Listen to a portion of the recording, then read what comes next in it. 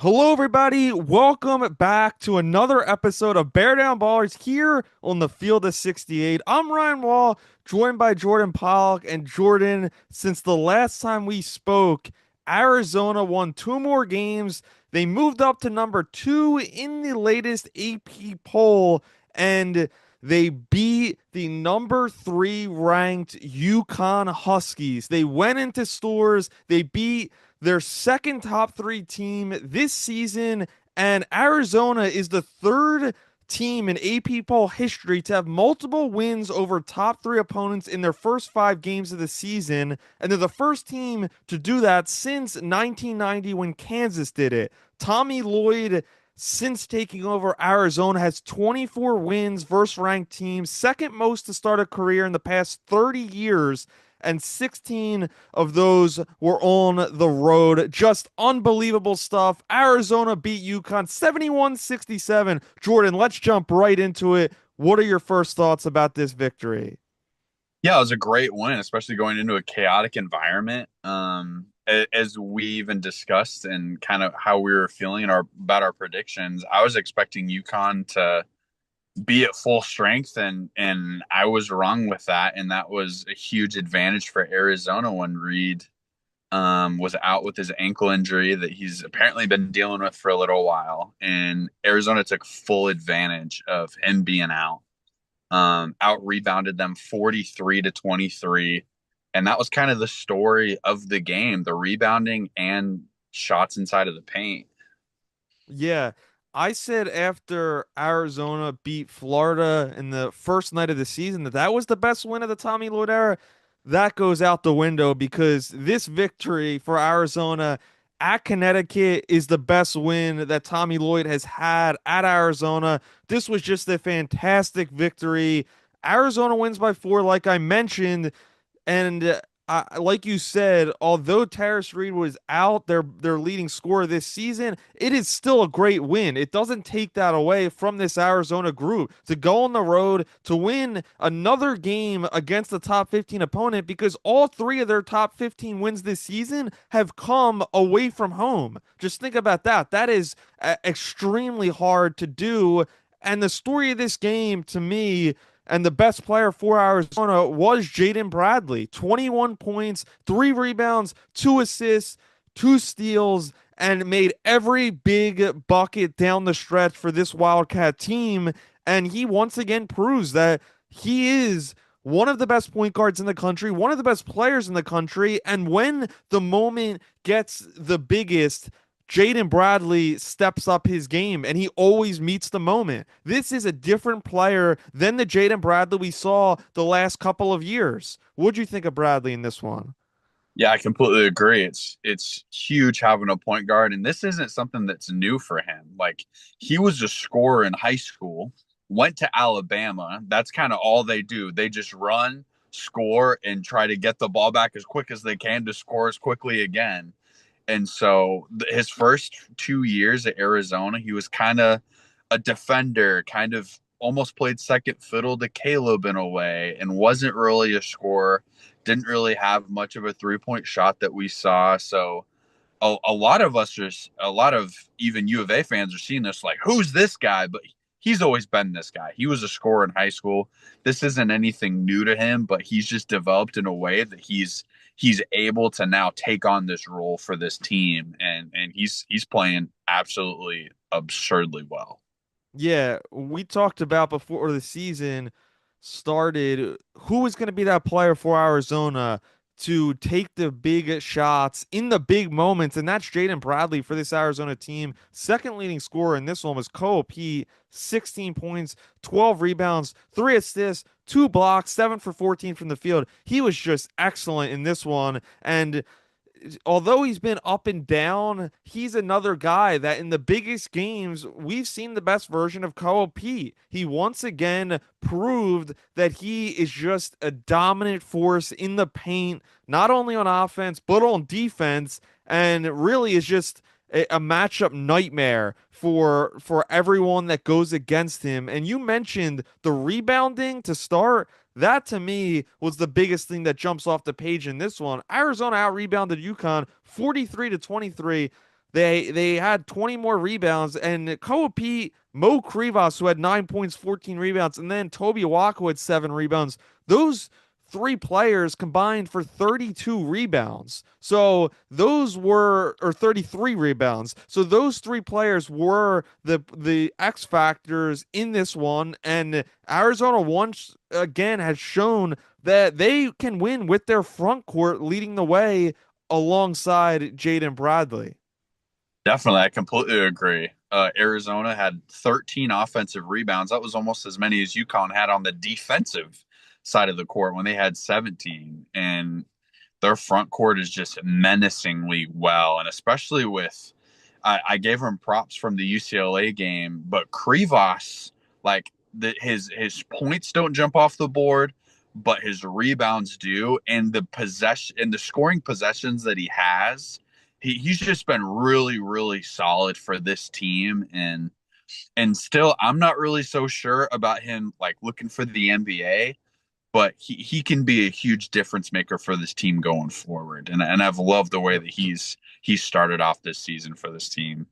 Yeah, he's not asked to do a lot on offense, but when he gets the ball, he can finish, and they find little pockets and holes in the defense to get him the ball and to get him buckets here and there. But he excels in the rebounding department and blocking shots, which he is just a menace on defense and just terrifying as a 7 footer for opponents.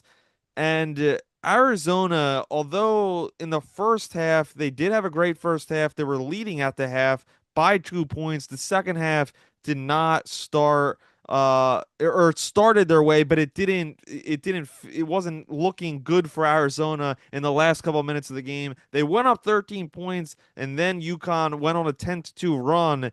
And to me, that was the point in the game when there was a couple minutes left and Arizona was fighting back from behind where I feel like this Arizona team has improved so much already in the short season because they proved that even in a close game on the road, a rowdy environment, that they can handle those situations and not feel like the moment is too big and get the job done. And even when it did look sloppy at times in that second half, they still did enough to beat UConn.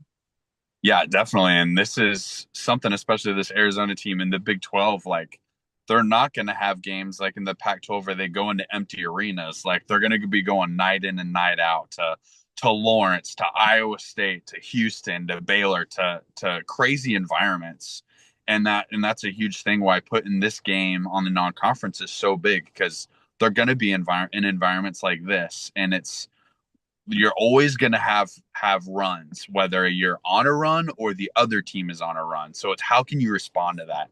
And the way that this team just took the punches and still is able to get a bucket even after like 3 to 4 possessions of nothing but late shots in the shot clock, it was just unbelievable. And it felt like there was a time even in the first half. I know there's a few runs that UConn had to where it was just like they can't do anything on offense. And then it's like one cut, one move, one dribble shot handoff, and it's a layup. And I was like, wow, like just their ability to find ways to get easy baskets while the other team has big runs going is very reminiscent of just like really old veteran teams that will just have guys that find a way to get the ball in the hoop. And that's huge for a team if you want to get deep into March.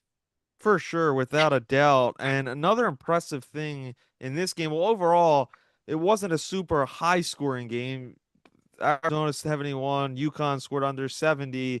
And I was impressed by Arizona's defense defending the 3-point line as they only allowed UConn to make 8 3-pointers, 32%. And they did a really good job on Solo Ball and Silas Demary Jr., their backcourt, which both guys are tremendous players. But after they got off to a hot start in the first half, Arizona really cooled them off. And and that to me was a big factor because Arizona, if they can defend like that while making big shots on offense, this team is just very scary. What'd you think of Arizona's defense?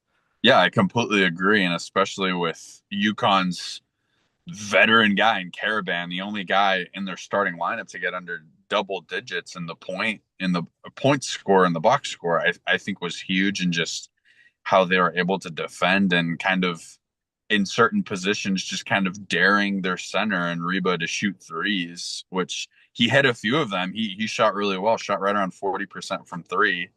But like you're gonna make the other team do uncomfortable things to have to try to beat you, and that's usually a great recipe for success. Yeah, and getting back to like when this game started, normally when you're on the road, especially the first two big games for Arizona, obviously were on more of neutral sites and it wasn't a home environment, but this one was at and on a home team's floor. You normally would sometimes see from the away team that they just come out a little passive and they're not aggressive and they just seem like they're running in quicksand to start, and that just wasn't the case. Hasn't been the case all season for Arizona, and I that's the thing I've been really impressed with because in past years we have seen Arizona struggle on the road to start, and we have seen them get off the slow starts. But another thing that I think is important about this Arizona team, although you had Bradley score 21, you had Pete score 16.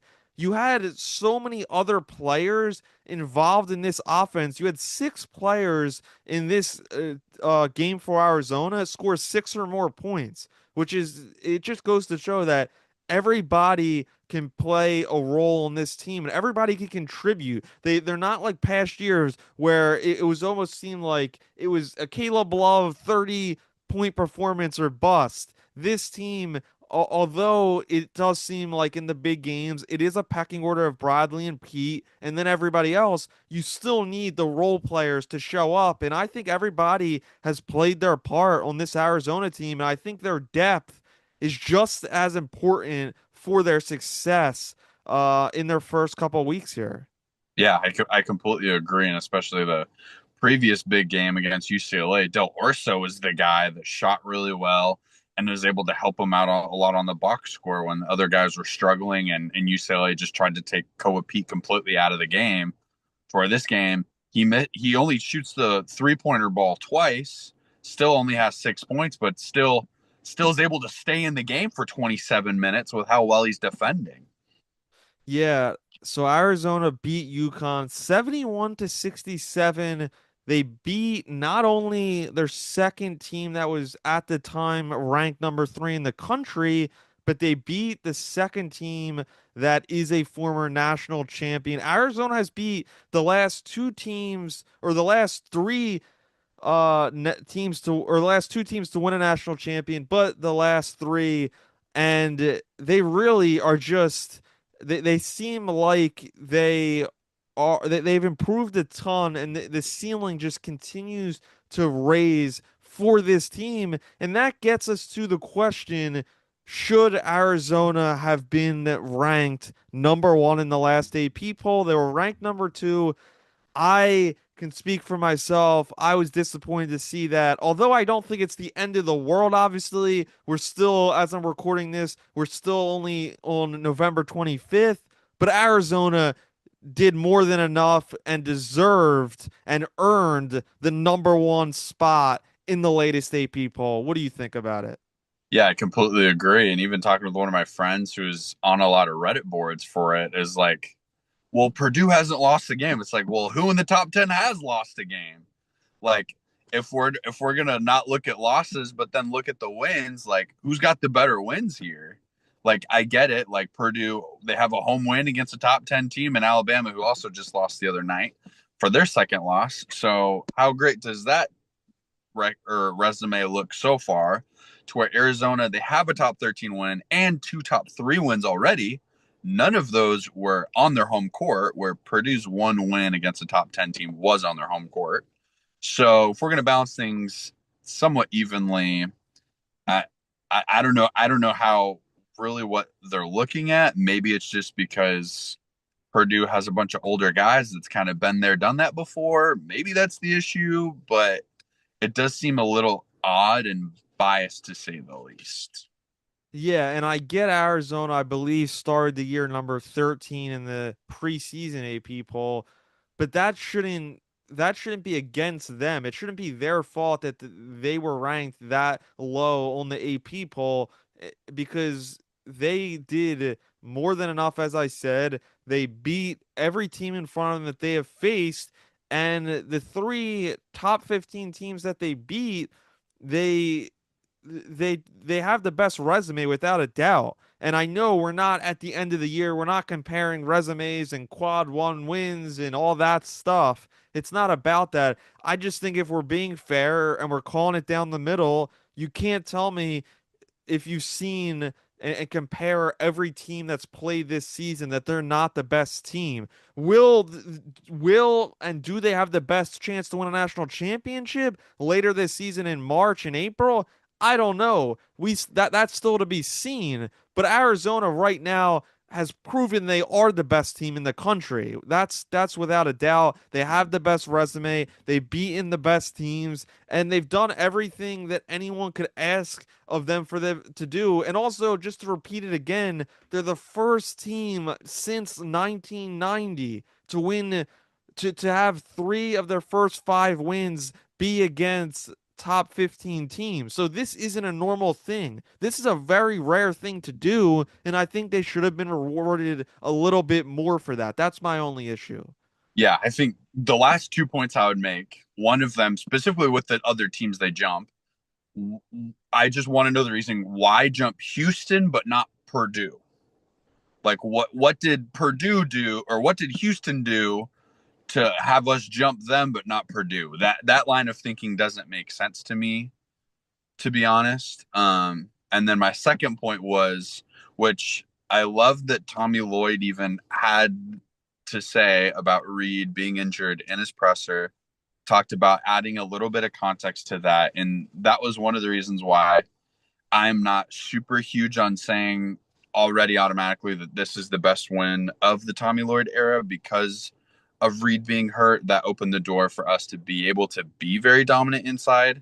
Yes, they played who was available. They played UConn's team that was on the court, but that's the only kind of context that would somewhat like I would be understanding of. Well, like yeah, they beat a UConn team on the road, but they weren't even at full health. If that's your thing, so be it. And so that's one of the reasons why I'm a little stagnant to say that this is the greatest win because of the injuries. But with that being said, still historical win for this team to go into store to get that win. Yeah, no, I see that point, and as I said to begin talking about this, I'm not taking anything away from Terrace Reed being injured because, like I said, he is their leading scorer this season. He is a phenomenal player, and I was excited to see that matchup.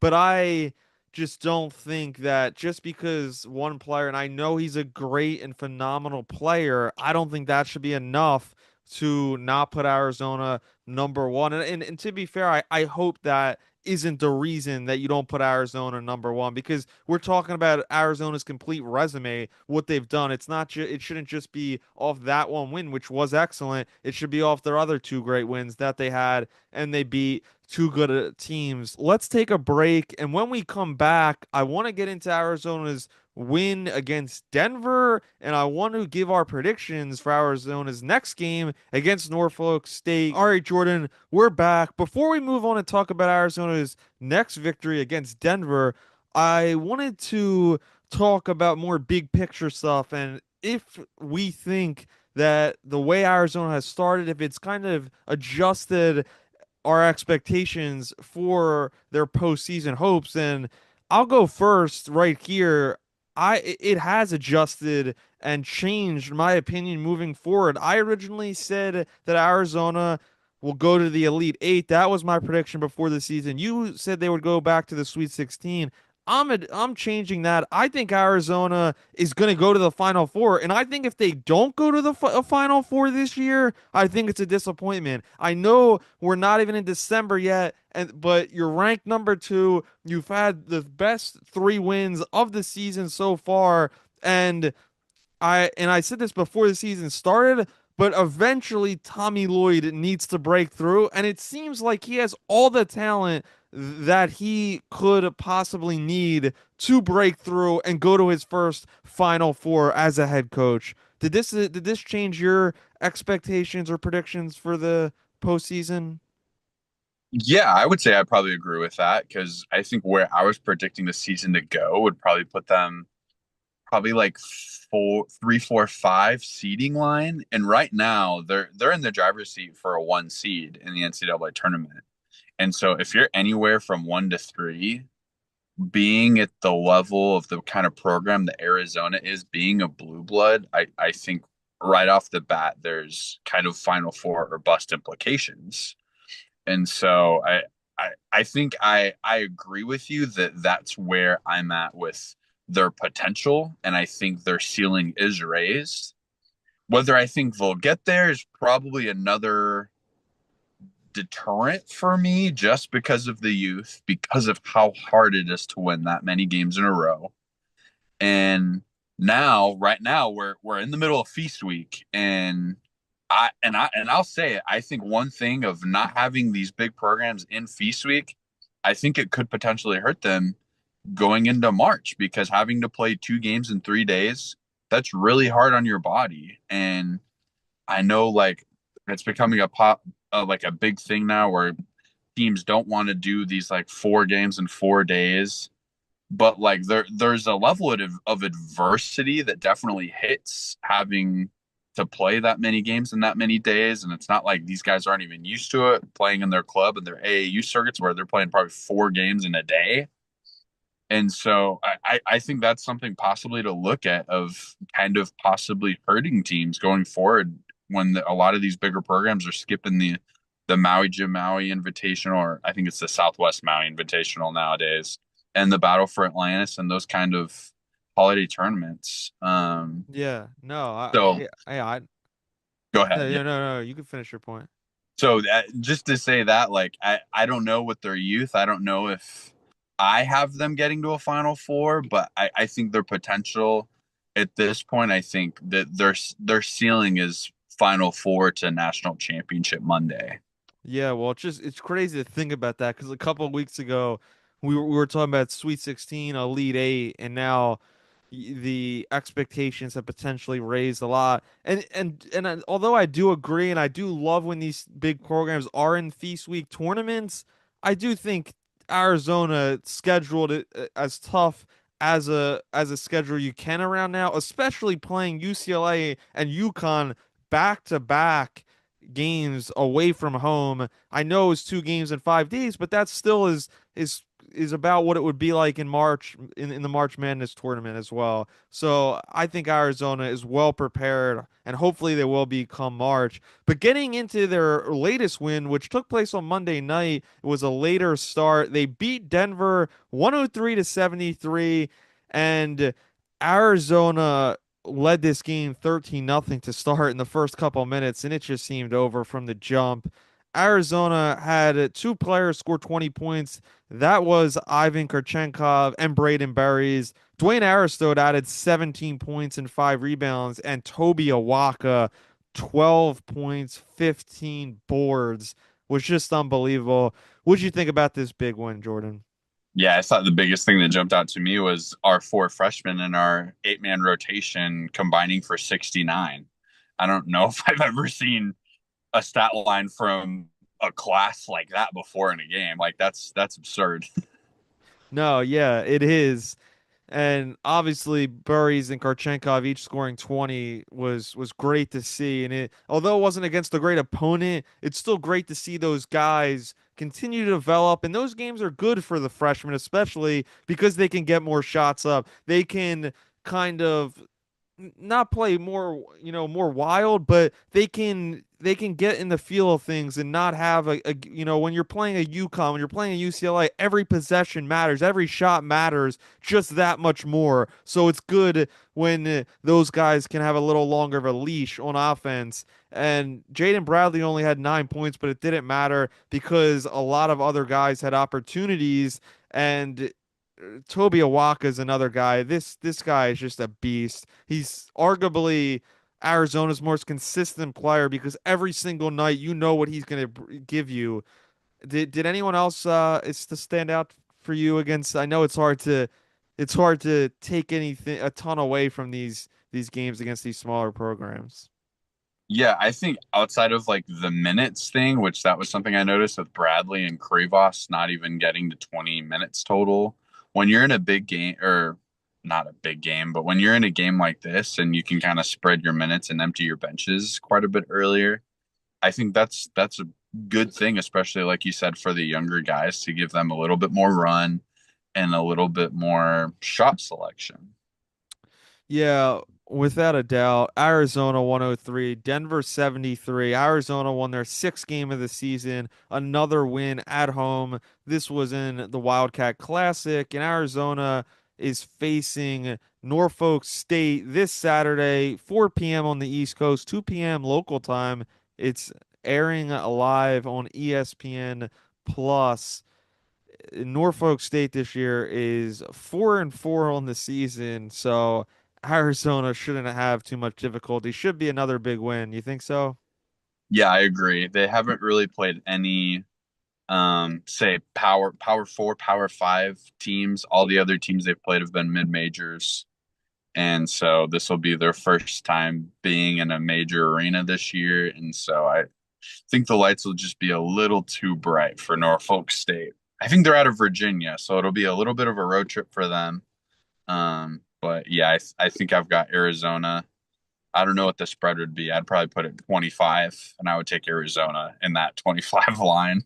Yeah, I would too. There's not a spread out as we're recording this, but after Arizona plays Norfolk State, they have two more top 25 big matchups playing Auburn, playing Alabama. Although those teams have been a little up and down, because they've played a lot of tough games in the first few weeks themselves, still two tough matchups against two SEC teams.